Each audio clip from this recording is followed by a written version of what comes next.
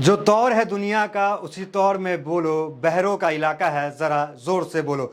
दोस्तों, मैंने पहले ही कहा था वो दौर अलग था, ये दौर अलग है। अब वो 2014 और 2019 वाली बात नहीं दिखेगी कि जब चाहे सत्ता पक्ष किसी को चुप करा दे, किसी का माइक बंद करा दे, शोर मचाकर आवाज को दबा दे। अब वो दौर नहीं है। प्रधानमंत्री मोदी के बारे में जरा सोचिए, जिन्हें आदत हो अपने सांसदों की बड़ी संख्या लेकर बैठने की, कमजोर विपक्ष का सामना करने की, उनके ऊपर अभी क्या गुजर रहा होगा, क्या कुछ हुआ अब तक 18वीं लोकसभा के सत्र में, सब बताते हैं विस्तार से। नमस्कार, मैं दानिश अंजार और आप देख रहे हैं पीआरबी। दोस्तों, याद कीजिए, किसान आंदोलन में कहा जा रहा था ट्रैक्टर दिल्ली नहीं आ सकती, पर आज वक्त बदल गया है। विपक्ष ट्रैक्टर से पूरी ठाठ से सदन में प्रवेश किया। किसान कौम के लिए आज कितना गर्व की बात है कि जब विपक्ष के सांसद किसान की सवारी लेकर, ट्रैक्टर लेकर संसद में घुसते हैं। आज ये इसलिए संभव हो पाया कि देश में अब एक मजबूत विपक्ष है। वो 2014 और 2019 वाली बात नहीं है। एक तरफ प्रधानमंत्री मोदी शपथ ले रहे थे, दूसरी तरफ विपक्ष संसद के बाहर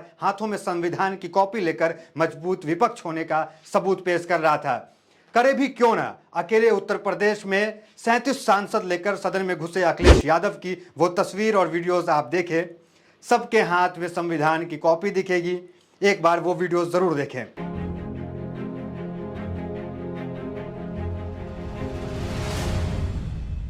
याद कीजिए, चुनाव से पहले टीवी चैनल को इंटरव्यू दे रहे प्रधानमंत्री मोदी ने क्या कहा था। प्रधानमंत्री मोदी ने कहा था, कटाक्ष किया था राहुल गांधी पे। जब पत्रकार ने उनसे सवाल पूछा तो बदले में जवाब में उन्होंने कहा था, कौन राहुल। आज उसी राहुल को नमस्ते कर रहे हैं प्रधानमंत्री मोदी। एक बार तस्वीर को जरा गौर से देखिए, जरा जूम करके देखिए, जरा करीब से देखिए किस तरीके से आज प्रधानमंत्री मोदी राहुल को पहचान भी रहे हैं और नमस्ते भी कर रहे हैं। संसद से कई मजेदार तस्वीर आई जिसको लोग खूब चर्चा कर रहे हैं। एक ये तस्वीर वीडियोस देखें जहां मोदी जी शपथ लेने पहुंचे तो राहुल गांधी ने उन्हें संविधान की कॉपी दिखाई। ये तमाम माहौल को, तमाम शोरगुल को प्रधानमंत्री मोदी ने भांप लिया। उन्हें समझ में आ गया कि ये जो विपक्ष है ये 2014-2019 वाली नहीं है, ये नए विपक्ष है, इसमें नए लोग हैं, इसमें नए जोश है। तो प्रधानमंत्री मोदी ने बयान दिया, देश चलाने के लिए हम सबको साथ लेकर चलना चाहते हैं। कितनी अच्छी बात है, सबको साथ लेने की बात कर रहे हैं ये, पर ये बयान पिछले 10 साल में क्यों नहीं दिखा, जब जो आज दिख रहा है। ये तो बात अच्छी है कि सबको साथ लेकर एक मजबूत राष्ट्र की निर्माण करनी चाहिए, जो नेहरू के ज़माने में होते थे, जो बाकी जो प्रधानमंत्री गुजरे उस वक्त में देखा गया। लेकिन 2014-2019 के बाद जो तस्वीर आई, जब सत्ता पक्ष को मजबूती से वो रहे, पूर्ण बहुमत में सत्ता रही, तो उस टाइम विपक्ष को पूरी तरीके से दरकिनार कर दिया गया। लेकिन आज प्रधानमंत्री का ये बयान कि हम जो है सबको साथ लेकर चलना चाह रहे हैं, तो ये क्या है? क्या ये विपक्ष की बढ़ती दुगनी तादाद संसद में प्रधानमंत्री मोदी को विचलित कर रही है? क्या इसी वजह से प्रधानमंत्री मोदी ने यह बयान दिया? एक मजबूत विपक्ष की यही ताकत है। मोदी के लिए आसान नहीं है। आज मोदी के लिए दो कठिनाई है। एक तो सदन में जो सांसदों की संख्या जो है बढ़ गई है, उसे कंट्रोल करना, क्योंकि उनको आदत नहीं थी। जब वो 2014 में बने पूर्ण बहुमत, 2019 में बने पूर्ण बहुमत, किसी की ज़रूरत नहीं, किसी पार्टी की ज़रूरत नहीं, किसी की ज़रूरत नहीं। लेकिन आज उन्हें भी जो है वो ज़रूरत है। प्रधानमंत्री मोदी के लिए जो है अभी जो 26 जून जो आने वाला है, जो 2 दिन बाद आएगा, ये उनके लिए एक बहुत बड़ा इम्तहान होगा कि 26 जून को क्या कुछ होगा। क्योंकि आपको भी पता है, कल तक टीडीपी जो है वो स्पीकर की मांग कर रही थी, लेकिन बीजेपी ने टीडीपी को स्पीकर का पद न देकर डिप्टी स्पीकर का पद जो है स्वीकार किया कि हम आपको डिप्टी स्पीकर देंगे। तो अब तक जो ये खबर आई है, लेकिन टीडीपी इस चीज़ से जो है वो नाराज़ है।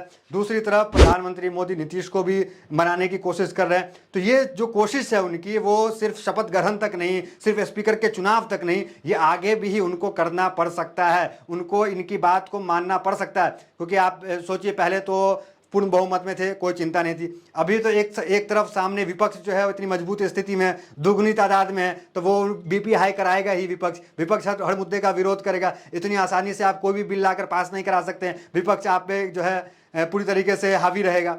और दूसरी तरफ आपको अपने साथ जो घटक दल आपके साथ जुड़े हुए हैं उनको भी आपको कंट्रोल में रखना है, टीडीपी को कंट्रोल में रखना है, जेडीयू को कंट्रोल में रखना है, शिवसेना को कंट्रोल में रखना है। और इनकी जो मांगे हैं, नीतीश कुमार की अगर बात कर लें तो नीतीश कुमार जब भी प्रधानमंत्री मोदी से मिलते हैं उनकी एक ही मांग है कि बिहार को विशेष राज्य का दर्जा दीजिए। इससे यह समझ में आता है कि नीतीश कुमार को आप रेल मंत्रालय नहीं दे रहे हैं, नीतीश कुमार को आप कृषि मंत्रालय नहीं दे रहे हैं, सब समझौता कर सकते हैं नीतीश कुमार, लेकिन नीतीश कुमार जो है बिहार के विशेष राज्य के दर्जे को लेकर मुझे नहीं लगता, किसी को नहीं लगता कि 1 इंच भी पीछे हटेंगे। वो जो है सब ठुकरा देंगे, बड़ा मंत्रालय ठुकरा देंगे।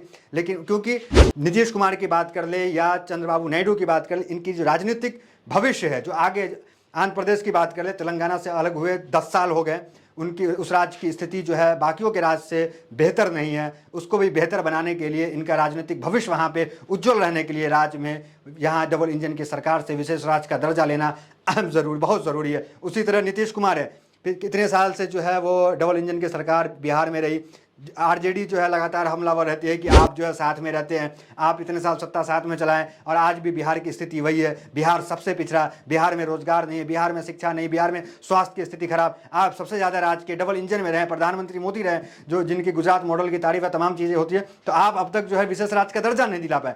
तो नीतीश कुमार के लिए भी बिहार में जो राजनीतिक भविष्य अगर उज्जवल रखना है तो उनको भी जो है विशेष राज्य का दर्जा लेना बहुत ज़रूरी है। लेकिन प्रधानमंत्री मोदी के लिए क्या इतना आसान होगा विशेष राज्य का दर्जा देना, क्योंकि उसमें पैकेज बढ़ जाता है, बहुत कुछ बढ़ जाता है। तो प्रधानमंत्री मोदी के लिए एक तो इनकी मांगों को देखना, एक तो इनको जोड़कर इनको समेट कर रखना, दूसरा विपक्ष का भी सामना करना। ये मतलब अभी जो 18वीं लोकसभा है, ये सत्र जो है ये चलाना, ये आगे जो चीज़ें देखने को मिलेगा, ये बहुत मतलब आसान नहीं होगा।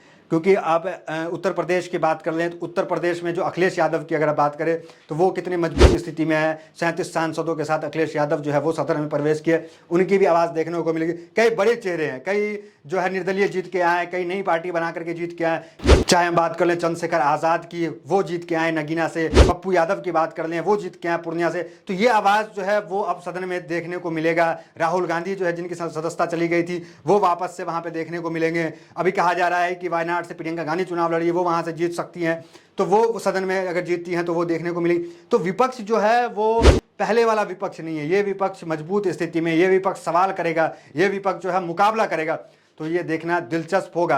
और 26 जून जो 2 दिन बाद आने वाला है, जहां जब स्पीकर का चुनाव होगा, तो इसमें भी देखना दिलचस्प होगा कि क्या कुछ हो सकता है। क्योंकि कहा जा रहा था कि स्पीकर में अगर टीडीपी जो है पीछे नहीं हटती है, अगर अपना उम्मीदवार दे देती है, तो इंडिया गठबंधन जो है वो जो है टीडीपी को वोट करेगा। इस तरह की बातें आ रही है। तो कुल मिलाकर के ये जो 2 नेता हैं, टीडीपी और जेडीयू, नीतीश कुमार और चंद्रबाबू नायडू, ये 2 नेता जो हैं 26 तारीख को ये साफ हो जाएगा कि क्या ये पलटी मार सकते हैं, क्या ये इंडिया के साथ आ सकते हैं। अगर 26 और 29 को नीतीश कुमार दिल्ली में अपने मंत्री विधायक तमाम लोगों के साथ बैठक करेंगे। तो ये जो डेट है 26 जून जब स्पीकर का चुनाव होगा, 29 जून जब नीतीश कुमार जो है बैठक करेंगे, ये डेट जो है कांग्रेस की नज़र में, बीजेपी की नज़र में और हमारी नज़र में और आपकी नज़र में भी इस पे नज़र बनाए रखना बहुत ज़रूरी है। ये 26 और 29 को तय हो जाएगा कि एनडीए के साथ जो है टीडीपी जेडीयू रहती है नहीं रहती है। आप भी इस पर नज़र बनाए रखें, हमारी भी नज़र इस पर बनी हुई है।